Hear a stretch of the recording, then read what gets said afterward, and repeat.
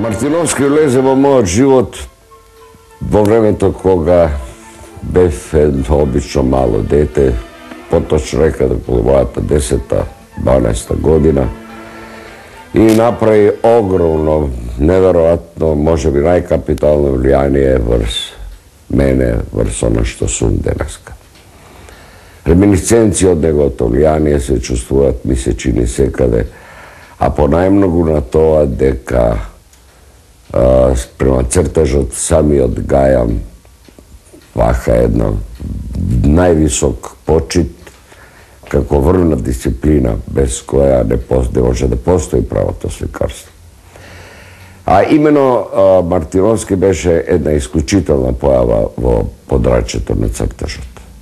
Неговите цртежи не случајно сами по себе може да го уврстат во редот на највисокото изразување подрачјето на ликовните уметности, како тако една од капиталните личности на културата воопшто. Не само нашата, се разбира. Наиме, го имам гледано начинот на кој тој ги регистрира своите објекти. Тој никогаш не работеше без модел. Често пати тоа беа групни модели. А она што е најфасцинантното во сето тоа, тој можеше да ги нацрта дури и повеќе човечните, повеќе људските групации, без да погледа, така да се каже, без да погледа, во хартијата на која ги регистрира. Тој имаше еден неверојатен, некој чуден, единствено за него карактеристичен однос према цртежот. Тоа е една врхунска дресура, кај што има истренирано раката да регистрира она што тој го гледа.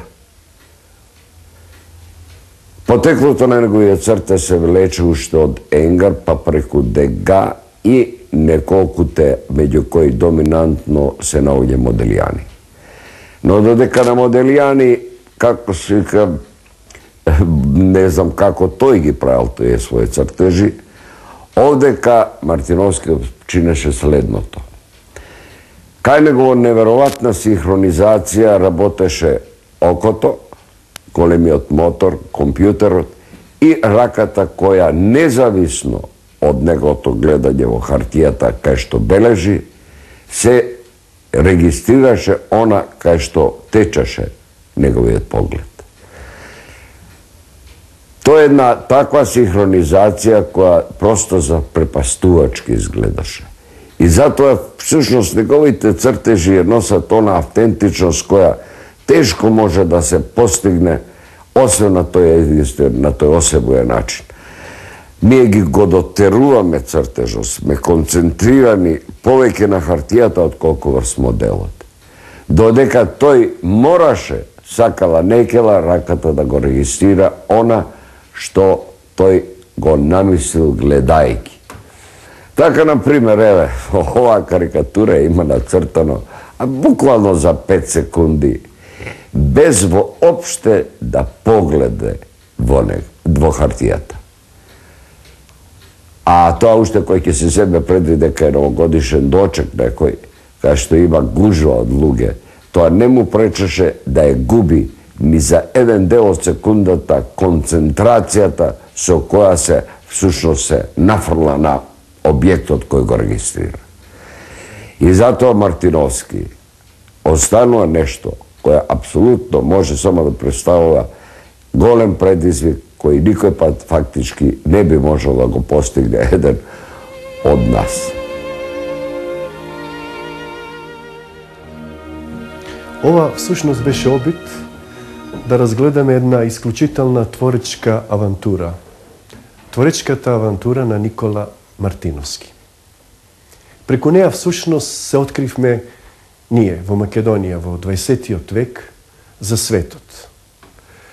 А светот на уметноста, онако како што го осозна и како што го предаваше во своите творби Никола Мартиновски, нас не вклучи во сите текови на современото ликовно творештво во светот, не по некои формални текови на неговата широка и плодна дејност. Тоа дека тој припаѓаше како што се обидувавме да подвлечеме на експресионизмот во најдлабоката смисла на зборот, туку што целото негово битие всушност беше отворено за сите пориви, за сите потици на епохата во која што тој живееше.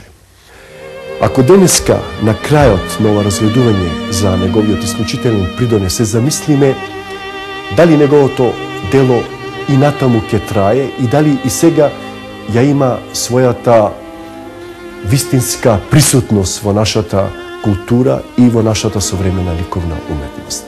Сметам да речеме дека во многу своји творби по војната од последниот период, како што тоа се обидовме да го подвлечеме, Мартиновски на одреден начин беше навестувач, предвремен, ако сакате, откривач на некои тенденции што ќе се разоткријат во европското сликарство под формулата повторно раѓање на сликата, неоекспресионизам, ново диво сликарство и така натаму, во кои тенденции на еден нездржан начин, на еден еруптивен начин се откриваше личноста на европскиот уметник, растроена, вознемирена од сите елементи на оваа епоха, но во исто време заинтересиран повторно да ја открие сликата после неколку